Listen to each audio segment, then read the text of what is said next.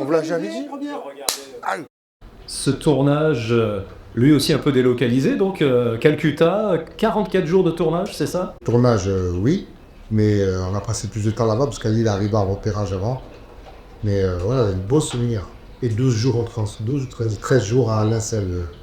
Le conseil d'administration a pris la décision, Qu'est-ce qui se passe? il n'y a plus rien, de délocaliser notre site en Inde.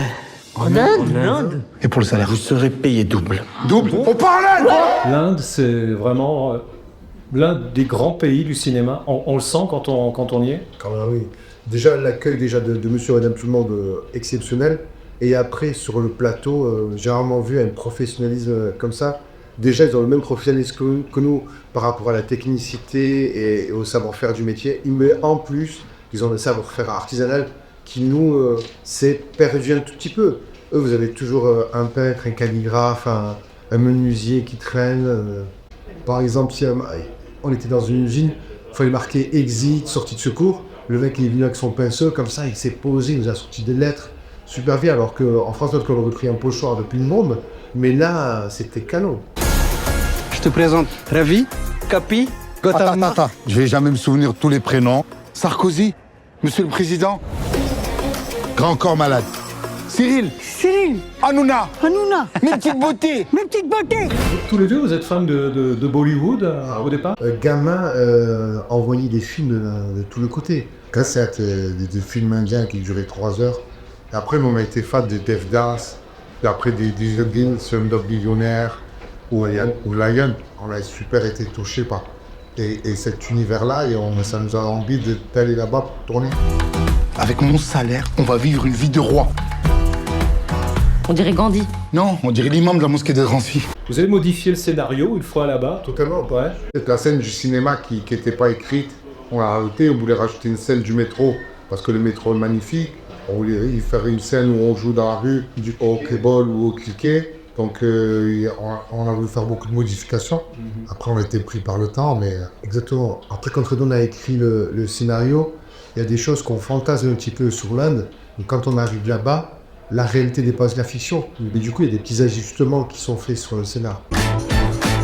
Il n'y a pas de fourchette couteau? Si on mangeait avec les mains. Oh, ils mettent tous les mains, lui il a des ongles, on dirait des ciseaux.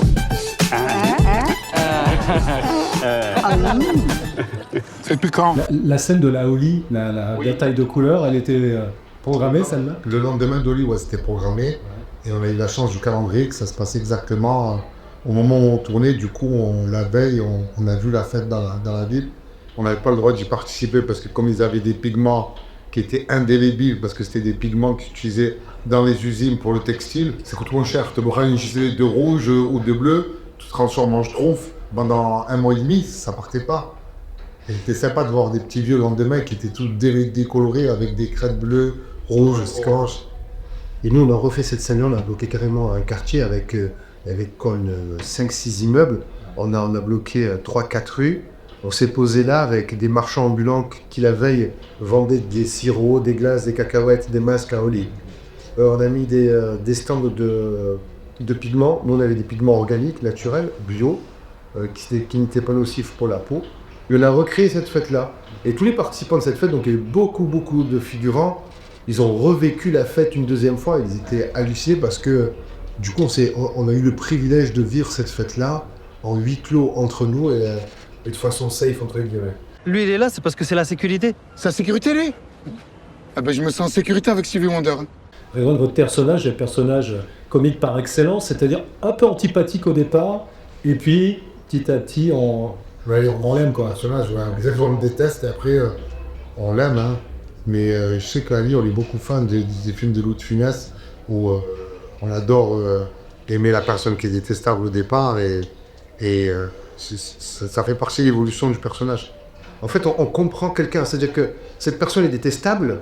L'exemple de Louis de Funès est parfait pour moi parce que c'est toujours une personne qui est un peu acariâtre, aigrie, avec des défauts. Et on finit par la comprendre. Je suis contremaître et vous me donnez 200 €. Oh, vous savez, le code du travail en Inde, c'est comme Jean-Claude Van Damme. C'est très souple. Pourquoi cette personne est comme ça? Et c'est une belle leçon pour la vie, c'est-à-dire que personne n'est méchant, personne n'est colérique. Il y a toujours des circonstances atténuantes pour que cette personne est devenue comme ça. Et si on réussit à la comprendre, on va finir par l'aimer parce qu'on se dit malheureusement, si elle est arrivée là, c'est parce qu'il y a des hasards et des choses qui ont fait qu'elle soit arrivée là. Et le personnage de Redouane, malgré tout, il y a une petite rédemption à la fin. Ta plus grande peur, c'était qu'il t'emmène vivre en Algérie, et ben il a réussi à trouver pire. Y compris pour le personnage de Balasco d'ailleurs. Hein. Oui, aussi tous. Mais c'est qu'il y a une évolution un petit peu de tout le monde. Le tournage avec José Balasco. C'est exceptionnel. Le personnage de José Balasco, c'est ma belle-mère au cinéma. Mais je me suis inspiré de ma belle-mère dans la vie, justement, pour créer ce personnage de Marianne. Ma belle-mère s'appelle Marianne. Et voilà, c'est un bel hommage. Et José Balasco, 15 ans maudits, Père Noël est une ordure, Les Bronzés, 15 ans maudits, Pape fait de la résistance. Quand on dit, il a dit 2 fois parce qu'il En second, j'aime beaucoup Alain Chabat. Non, il est juste chez nous, je pense qu'il est. C'est beau. Le public du film, il est vraiment différent de celui de votre présence sur scène. C'est un public beaucoup plus familial, plus jeune notamment. C'est beaucoup plus familial, c'est le même public, mais qui s'élargit, beaucoup plus âgé et beaucoup plus jeune. Marak, j'ai joué avec des trafiquants de drogue, ils m'ont dit tous, on est dans l'immobilier. Le mec t'a dit, je suis dans l'immobilier, il a une sacoche Prada, des chaussures Louboutin. Il n'a pas de carte bleue, il a que du cash, oui, je suis dans l'immo.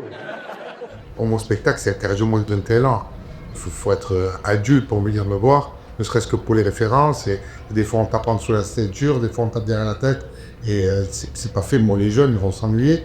Et là, on a fait un film qui est justement de 5 à 99 ans. Il y a des blagues pour tout le monde, il y a de la sensation pour tout le monde et des émotions pour tous. À propos de ref, le pays de Gandhi, il faut l'avoir la ref. Ah ben oui, il faut avoir vu le dessin animé, avoir vécu le saluer. C'est pour ça qu'on s'adresse à des gens de notre époque, à des gens qui sont beaucoup plus âgés, et aussi à des gamins.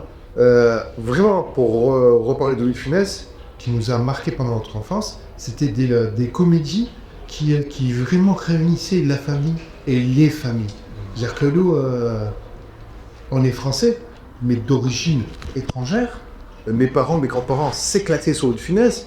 Et c'est pareil pour tout type de Français, quand on est une classe ouvrière, populaire, ou une classe plus aisée ou bourgeoise, on s'éclate autant. Et si on peut renouer avec cette tradition française de la comédie familiale, nous les preneurs. En fait, notre rêve, c'est de pouvoir s'amuser, rire et partager en famille, avec des plus jeunes, des moins jeunes, et gagner ensemble.